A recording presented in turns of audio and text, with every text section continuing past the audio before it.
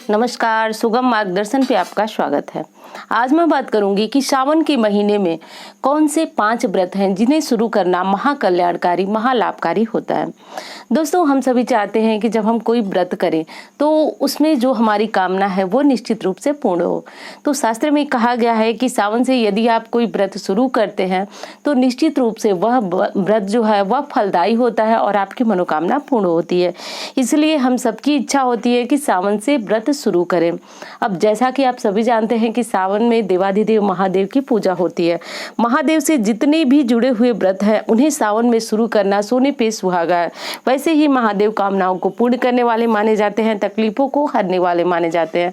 तो ऐसे में यदि आप 16 सोमवार व्रत रखना चाहते हैं तो सावन से शुरू करें। प्रदोष व्रत रखना चाहें तो भी सावन से शुरू कर सकते हैं। मासिक शिवरात्रि यदि आपने फाल्गुन वाली शिवरात्रि से शुरू की है तो बहुत अच्छा, नहीं किए हैं और करना चाहते हैं तो ऐसे में सावन में आप मासिक शिवरात्रि का व्रत शुरू कर सकते हैं। तो और प्रति सोमवार यदि आपकी इच्छा है कि आप 1 साल 2 साल जितना संकल्प लेकर के चाहें तो आप साल के व्रत यानी कि जो प्रति सोमवार के व्रत होते हैं वो भी आप इस समय यानी कि सोमवार को सावन में पड़ने वाले सोमवार से शुरू कर सकते हैं। यदि आपको गुरुवार व्रत करने का इच्छा है और आप चाहते हैं कि आप 16 गुरुवार या फिर जितने गुरुवार का आपने संकल्प लेना है ले लीजिए और आपकी कामना पूर्ण हो, इसके लिए सावन से आप गुरुवार व्रत भी प्रारंभ कर सकते हैं, वैभव लक्ष्मी व्रत भी प्रारंभ कर सकते हैं। और एक शब्द में कहूँ तो जितने भी पढ़ने वाले व्रत हैं उन सबको शुरू करने का सबसे जो श्रेष्ठ माह है वह सावन और कार्तिक महीना माना जाता है।